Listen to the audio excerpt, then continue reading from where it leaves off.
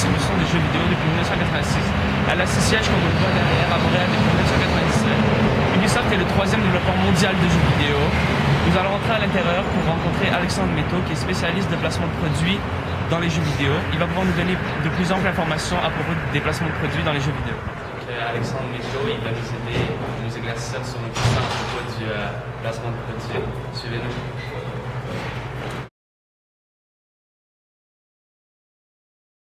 La publicité était utilisée pour créer un lien réel, un lien plus réel avec la réalité, par exemple établir un lien avec la vie directe du consommateur et donc créer une certaine relation donc, avec le joueur.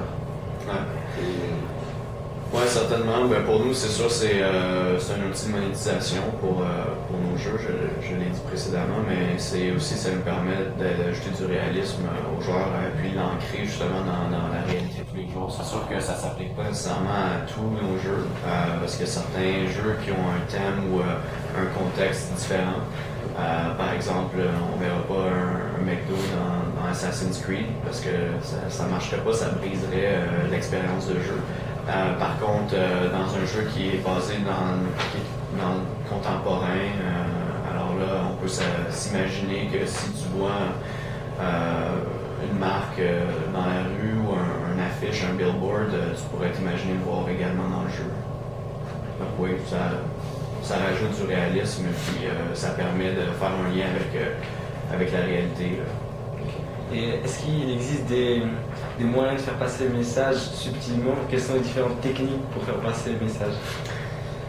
Subtilement, oui. Je pense que subtilement, ce qu'on tente de faire, c'est que sans nécessairement, quand on offre du contenu additionnel qui vient d'un annonceur, je pense que ça répond peut-être un peu à ta question, c'est que c'est un moyen subtil de dire, bon, ben, le joueur obtient par exemple une nouvelle map, une nouvelle arme ou une voiture dans le jeu, sans nécessairement mettre le logo ou répliquer l'image de marque d'un produit. Et puis à ce moment-là, ça va quand même te donner un avantage dans le jeu. Et puis ça peut être sponsorisé par un annonceur. Donc à ce moment-là, oui, c'est peut-être une des techniques pour faire passer le message. Puis en même temps, le sponsor qui a permis que tu aies la nouvelle arme dans le jeu, ben lui a l'air, dans le fond, passe pour un héros, dans le fond, auprès de la communauté gaming parce qu'il a donné du contenu aux joueurs et puis il n'est pas vu d'un mauvais œil, en fait.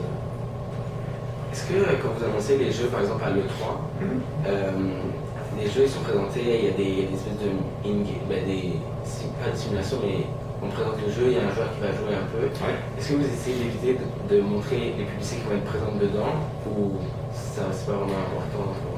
Non, c'est pas vraiment important, ça dérangerait pas. Le seul truc, c'est que nous, on travaille vraiment en amont avec les équipes de développement pour identifier les opportunités de placement de produits des mois à l'avance. Des fois, on travaille de 8 à 12 mois avant la sortie du jeu, mais pour être franc, souvent à l'E3 ou peut-être à d'autres conventions où on présente le jeu, nos intégrations de publicité ne sont pas nécessairement terminées, ne sont pas complétées. Souvent, on va terminer vraiment à la toute fin du jeu, du cycle de développement, du cycle de production en fait. Donc, c'est pas quelque chose qui risque d'être intégré pour le E3 ou pour une autre convention. Donc, si on n'en voit pas, c'est peut-être juste parce qu'on n'a pas terminé notre travail. Mais on tente pas d'éviter de montrer quoi que ce soit. Je pense que dans le passé, même avec justement l'exemple de Shaun White Skateboarding, on en avait déjà. On a fait une convention, il n'y a pas nécessairement eu de feedback là-dessus de la communauté ou des journalistes. Les journalistes, ils ne traitent pas forcément très attention à la publicité ou... Ça dépend. Si c'est vraiment nuisible aux joueurs, ils vont le mentionner. Mais dans la majorité des cas, ça passe inaperçu. Ça n'affecte pas nécessairement les reviews du jeu. Et puis c'est vraiment notre but, c'est en fait que ça soit présent, mais pas... Ouais, le plus organique possible, que ça marche vraiment dans l'univers, que ce soit naturel, que ça soit pas justement quelque chose qui va briser ton expérience de jeu. Et puis encore une fois, c'est pour ça qu'on travaille de si près avec l'équipe de développement, puis qu'on écoute vraiment leur feedback à eux, parce que c'est eux qui ont l'expertise, c'est eux qui connaissent leur jeu du début à la fin. Donc on leur fait confiance là-dessus sans leur forcer la main à mettre une marque dans le jeu. Est-ce que par exemple, si c'est trop dur à rentrer, même si vous avez contacté vous êtes en relation avec le sponsor et tout, mais que c'est trop dur à le rentrer, c'est dans le contexte, mais c'est trop dur à le rentrer, est-ce que vous allez quand même trouver un moyen ou vous allez lâcher prise en fait?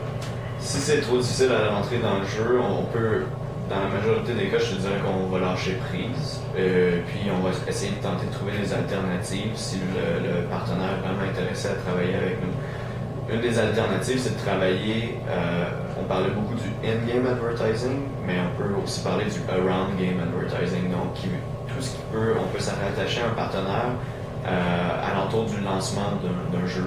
Donc, on peut avoir peut-être un mini-jeu qui va être disponible sur d'autres plateformes, qui va être sponsorisé. Donc, je pense à par exemple un jeu Facebook qui pourrait être sponsorisé par l'annonceur qu'on n'a pas pu trouver une façon d'intégrer dans le jeu principal.